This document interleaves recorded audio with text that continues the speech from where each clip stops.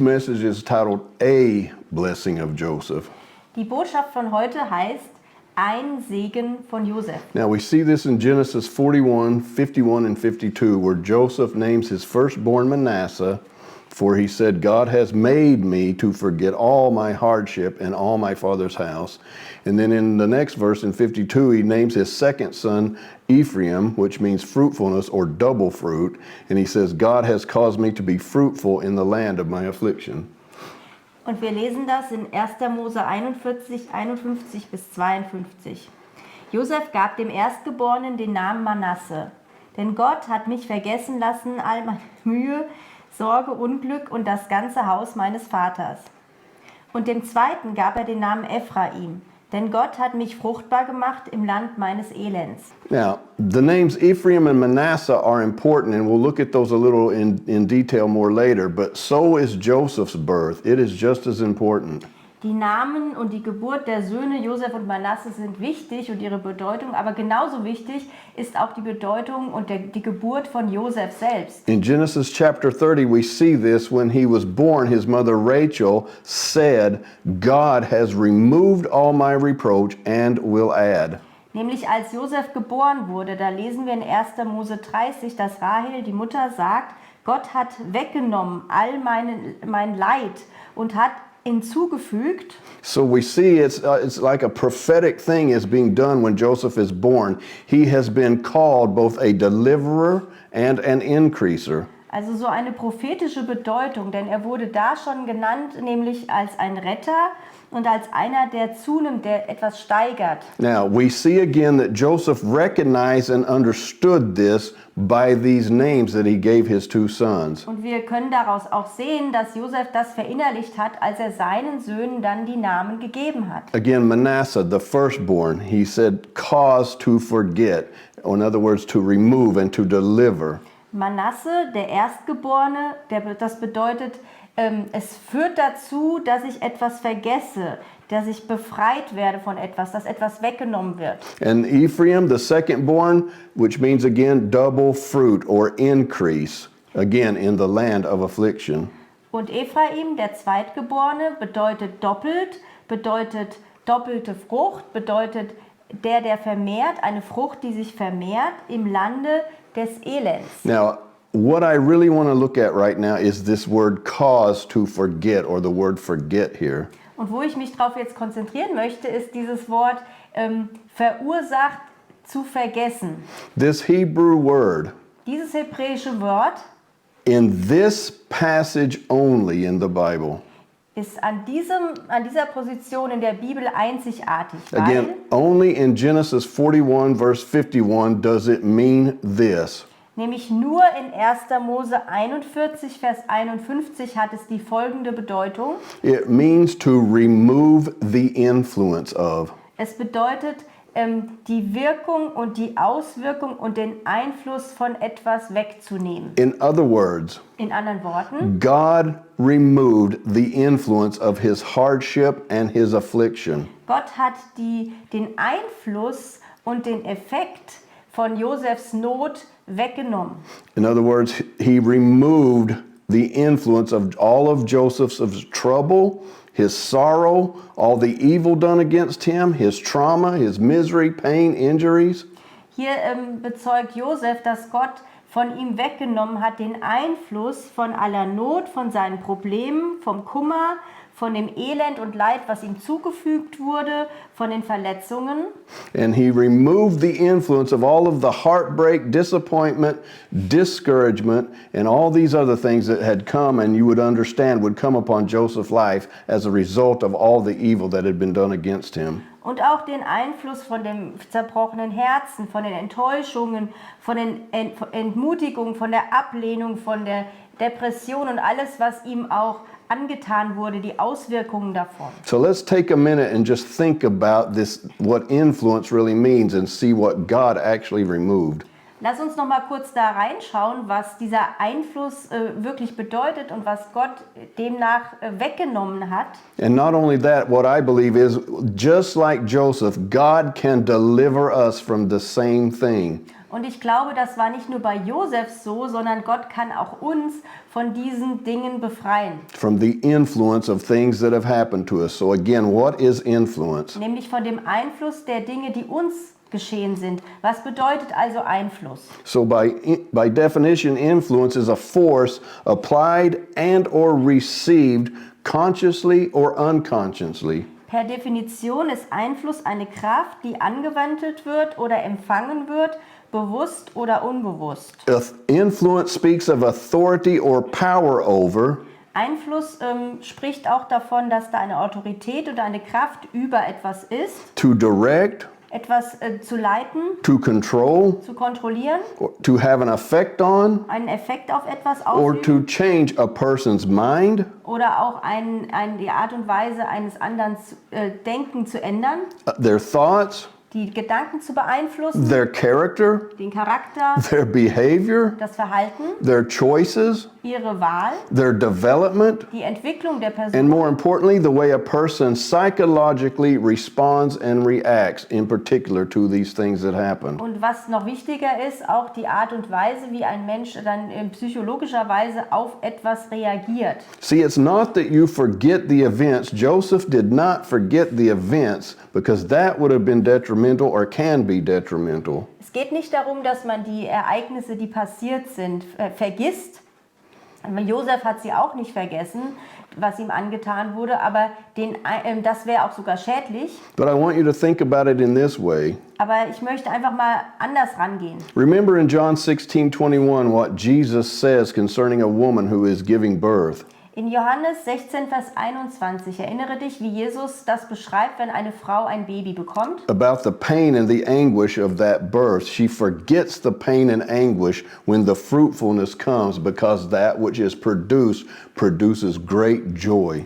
Da lesen wir, so ein Geburtsprozess ist sehr schmerzhaft und wir lesen aber, dass Jesus sagt, sobald die Frucht da ist, sobald das Baby geboren ist, vergisst die Frau das Leid, was sie durchgemacht hat. You see the connection with Ephraim, the name. The fruitfulness or that which is produced brings great joy. Auch hier wieder die Verbindung zum Namen Ephraim. Die Frucht, die hier produziert wurde, bringt große Freude ins Herz. Now, after we are delivered from the influence of affliction, Nachdem wir also befreit sind von dem Einfluss von Not und Leid, we are made like Joseph to bear new fruit. dann werden wir wie Josef und bringen neue Frucht. See, God had made the one hated, Gott hat den, also Josef, der gehasst war, the one grieved, der betrübt und verletzt war, the one wounded, der verletzt war, the one separated or cut off or uprooted, you might say, der abgeschnitten war von der Familie, der herausgerissen wurde, to be fruitful.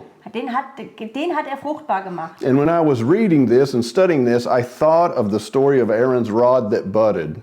Und als ich das gelesen habe und so drüber nachgesinnt habe, da dachte ich an den Stab von Aaron. This dead rod, this thing that had been cut off, Dieser tote Stock, das Ding, was abgeschnitten war. God caused it to both live again, to bloom with beautiful flowers, and to produce fruit that was ripe and able to be eaten or received by people. Gott hat es veranlasst, dass dieser tote Stock zunächst wieder lebendig wurde, geblüht hat, sogar Frucht produziert hat, dass man essen konnte. But not only that, it also was a sign of the authority and the anointing that God had placed on Aaron's life. Und nicht nur das, es war auch ein Zeichen der Salbung und der Ausrüstung, die Gott dem Aaron aufs Leben gelegt hatte. So Joseph's life and his healing and restoration is the same as this rod with Aaron. It is God doing what only God himself can do. Also Josefs Leben ist genauso wie dieses Leben von Aaron oder wie dieses Bild von diesem Stab ein Beweis dafür, dass Gott das tun kann, was nur Gott tun kann. In the case of Joseph, In Josefs Fall, it was healing a wounded and a scarred heart in Josefs Fall war es, dass ein verwundetes und ein vernarbtes Herz geheilt wurde. and causing the one who had been afflicted Und der so betrübt und erniedrigt wurde, to produce a new and an abundant fruit. dass der neue und überfließende Frucht produziert hat. See, when things are turned around in our lives, Wenn die Dinge auf einmal in deinem Leben auf dem Kopf stehen, when we are healed and delivered from the influence of all the pain and suffering and the wrong and injustice done against us, nämlich positiv auf dem Kopf stehen, wenn die Dinge geheilt werden, die Ungerechtigkeiten, die dir angetan wurden oder das Leid, was du erlebt hast, wenn sich das auf einmal umdreht, we are made to be a blessing to others. Or in other words, we are empowered, there, you might say, to be able to be a blessing to other people. dann sind wir auch ausgerüstet dafür oder empowered, ein Segen für andere zu sein. Now, I won't read the scripture, but we see this in Genesis 48:17 through 20. Und wir lesen das in 1. Mose 48, 17 bis 20. Where Jacob blessed the children of Israel, and in doing so he also said that later on in the generations to come, they would use their names as a blessing over the tribes of Israel. Da wurden die Söhne gesegnet und es wurde quasi ein Exempel statuiert, dass der Segen war, dass man so wird wie diese Söhne. And in that blessing he said, God, make you like Ephraim and Manasseh. In dem Segen heißt es, Gott mache dich wie Ephraim und Manasse. And as he did, it says he also, by naming Ephraim first, set Ephraim ahead of Manasseh. Und wir lesen, und so setzte er Ephraim vor Manasse. Now both of these words, make you and set, Beide diese Worte, mache dich und setze, they come from the same root Hebrew word, die kommen vom gleichen hebräischen Wortursprung. and they imply firstborn. Und die beinhalten Erstgeborener. In other words, the firstborn, the one given a double portion. In anderen Worten, der Erstgeborene, der eine doppelte Portion bekommt, einen doppelten And Anteil. remember, part of the reason the firstborn was given a double portion was to accomplish certain things. Und warum war das so? Es ging darum, dass der Erstgeborene bestimmte Aufgaben erfüllen konnte. Now, you might say to accomplish the ministry of the firstborn.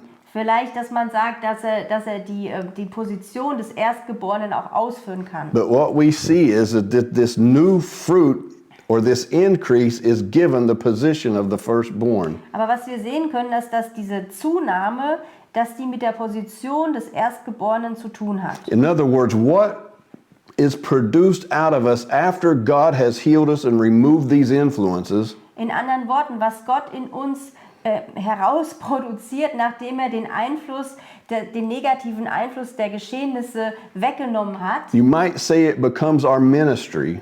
kannst du auch sagen, so wird so etwas wie deine Aufgabe, wie dein Auftrag. And by definition, like the firstborn, it becomes that which is sanctified and ordained and authorized and empowered with authority. Und genauso wie die Funktion des Erstgeborenen, dann ist das auch ausgerüstet mit Autorität und mit Vollmacht. All these things are done in order that we might represent the Father. All das wird vollbracht, damit wir den Vater repräsentieren können, That we may do the work of the Father, take over the family business, you might say. damit wir die Werke des Vaters tun können, zum Beispiel die Geschäfte des Vaters ausüben, natürlich im geistlichen Sinne dann. And isn't that just exactly what Jesus told us to do, to go out and be a representative of Him by Him giving us and releasing unto us His power and His authority in the earth? Und ist es nicht genau das, wovon Jesus doch spricht, wenn er sagt, wir sollen die Werke des Vaters tun, indem er uns autorisiert zuvor? Now there's one other point about the firstborn I want to make here. Es gibt noch einen Aspekt über den Erstgeborenen. And in Genesis 49 we see Jacob make a comment concerning the firstborn. In 1. Mose 49, da macht Jakob eine Bemerkung zum Erstgeborenen. Jacob said of his firstborn Er sagt über seinen Erstgeborenen, that he is the excellency. dass er exzellent ist. In other words, that word excellency means excess, abundance, or double portion Und das bedeutet Überfluss, bedeutet doppelte Portion, bedeutet herausragend, of strength, nämlich in Sachen Stärke, which is might and power, was Kraft auch beinhaltet, and of dignity, und Würde, which is honor and respect. was Ehre und Respekt beinhaltet. breaking it down, look at it this way. This is what we see is the product or what we produce after the influences of negative things are removed. In other words, that which increases in abundance in our lives is strength, might and power, and dignity, which is honor and respect. Also das, was man erwarten kann, wenn diese negativen Dinge beiseite sind, oder der Einfluss der negativen Dinge, ist die Zunahme von Stärke, von Kraft, von Ehre und Respekt. Now those of you Und Würde. Now those of you who speak English understand something about a person of strength. Jemand, der Englisch versteht oder muttersprachlich Englisch versteht, der weiß, was mit einer Person der Stärke gemeint ist. One thing about them is what we think of is they are those that can be counted upon and relied upon. Das sind solche, auf die man zählen kann, das sind solche, auf die man sich verlassen kann. To give an abundance of support and comfort to others. Das sind solche, die überfließend trösten können, die überfließend unterstützen. And that is exactly what Joseph did, and that's who he was. Und das ist genau, was Josef getan hat und das, was Josef auch war in seiner Identität. See, when we continue to read through Genesis, the story of Joseph, we find out Joseph was free. Und wenn wir die Geschichte von Josef lesen, da finden wir heraus, dass Josef einfach frei war. And it was his intent for his brothers to experience the same freedom. Und es war seine erklärte Absicht, dass auch seine Brüder diese Freiheit erleben sollen. For his brothers to experience the same peace that he had. Er wünschte sich auch für seine Brüder diesen Frieden, den er hatte. In particular, we know that Joseph wanted his brothers to be free from fear. Und er wollte besonders, dass seine Brüder frei sind von Angst. He wanted them free from guilt and shame and the disgrace of the things that they had done. Er wollte sie frei haben von der Schuld und von der Ungnade und von der Schande der Taten, die sie begangen hatten. These things we know when we read, these things plagued the souls of his brothers.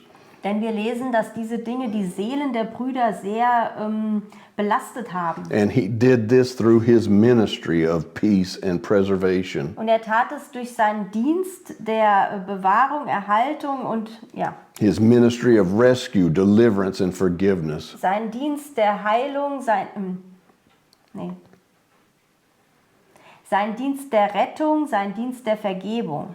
And his ministry of restoration and salvation. Und seinen Dienst der Wiederherstellung und der Rettung. And one thing that really stood out to me when I was studying for this message was we read that Joseph even gave his brothers a change of garments. Und etwas, was mir bei diesem Mal, bei dem Mal, wo ich diese Passagen gelesen habe, besonders ins Auge fiel, war, dass Josef seinen Brüdern sogar neue Kleidung gegeben hat. And I believe this speaks somewhat of deliverance. Und ich glaube, auch hier ist die Anleihe an Befreiung gegeben. Because we read the prophet Isaiah in Isaiah 61 speak of God giving us beauty for ashes. Denn Jesaja 61 sagt, Gott gibt uns Schönheit für Asche. Or a garment of praise for the spirit of heaviness, which we know is depression. Oder ein Gewand des Lobpreises anstatt Schwere und Depression. See, we are able, when we are healed, to bring something new to others. Wir sind in der Lage, wenn wir geheilt sind, den anderen auch etwas Neues zu bringen. We are able to minister to them beauty in the place of ashes. Wir können so etwas wie Schönheit repräsentieren, da wo Asche ist. We are to be able to bring them to a place of praise where they are filled with joy and peace, and this heaviness and this depression just seems to fall off or is covered over from them. Wir können andere Menschen an diesen Ort der Anbetung, an den Ort des Lobpreises bringen, wo die Schwere und die Depression einfach abfallen muss. See, what I like to say is I believe God will and can cause the new fruit that is produced not only in us but in those we minister to. Gott kann also diese neue Frucht, die er in uns hervorbringt, nicht nur für uns nutzen, sondern auch to replace and to actually defeat the intent of the affliction and the hardship. nämlich die Absichten der Schwere oder die Absichten des Leidens zu besiegen. And when we look later on in scriptures of prophecies that Jacob and even Moses later on made concerning the house and the family of Joseph, Und wenn man später die Prophetien Geschichten liest von Jakob und später sogar Josef und ihre Häuser, we find the one that was cut off or rejected, auch hier finden wir den, der abgeschnitten und abgelehnt war, but restored, aber wiederhergestellt wurde. becomes the one who excels, Das ist genau der dann übertrifft, becomes an der overcomer, überwindet, becomes the one that is blessed. der gesegnet wird, Again, the one that increases, der zunimmt, increases with strength and favor, honor and dignity. zunimmt mit Würde, mit Stärke und mit Ehre. And the one who becomes victorious. Und der dann siegreich ist. See, the Lord will make you and I like Joseph, like Ephraim and Manasseh. Der Herr mache dich und mich wie Josef, Ephraim und Manasse. He can make us to become a blessing, a deliverer, and an increaser. Er mache uns zu einem Segen, er mache uns zu einem Befreier, zu einem, der zunimmt, In order that we may pass this blessing, increase, and deliverance to other people. damit wir diese doppelte Portion und das, was wir übrig haben, an andere abgeben können. We, like Joseph, So wie Josef, can be empowered können ermächtigt to werden, do as Paul says in 2 Corinthians 1:4. das zu tun, wovon Paulus spricht in 2. Korinther 1, Vers 4. In other words, when God comforts us in our affliction, in all of our tribulation, Da steht, wenn uns der Vater tröstet in all unserer Bedrängnis, out of that we will be able to comfort others who are in trouble and tribulation. dadurch können wir die trösten, die in allerlei Bedrängnis sind, durch den Trost, mit dem wir selbst von Gott getröstet Yeah, as werden. Wencke just said, with the same comfort that God has given us, we release that comfort to others.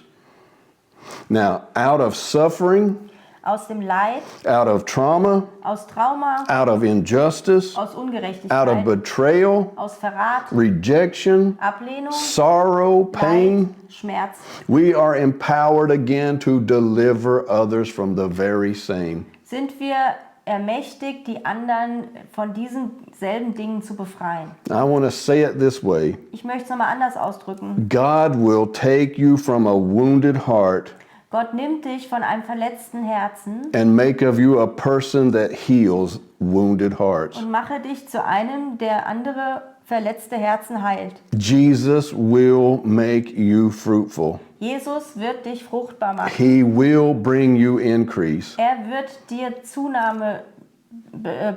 dich mit Zunahme beschenken. All these events and things that happened to you, yes, they were and maybe are even still painful. Ja, die Dinge, die geschehen sind, die waren schmerzhaft und sind es vielleicht immer noch. But when you turn them over to the Lord, He can hone you into a fine-tuned, precision surgical instrument. Aber wenn du sie dem Herrn überlässt, dann kann er dich formieren in ein präzises, chirurgisches OP-Instrument.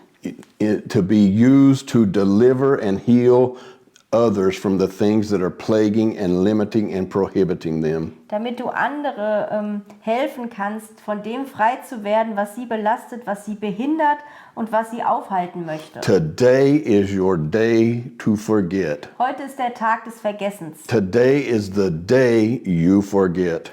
Heute ist der Tag, an dem du vergessen darfst. The day you begin to burst forth with an abundance of new fruit. Heute ist der Tag, an dem du vorbrechen kannst mit der Überfülle von neuer Frucht. So Jesus, I thank you for your healing power Danke, Jesus, für deine heilende Kraft, that touches every one of us. der jeden von uns jetzt berührt. And I thank you that whatever it is that we need from you, whatever it is we need, maybe from counseling, whatever we need to be delivered, whatever is necessary to cause us to forget, we ask you to release that and begin that process in each and every one of us right now. Und egal, was es ist, was dazu führt, was uns dabei hilft,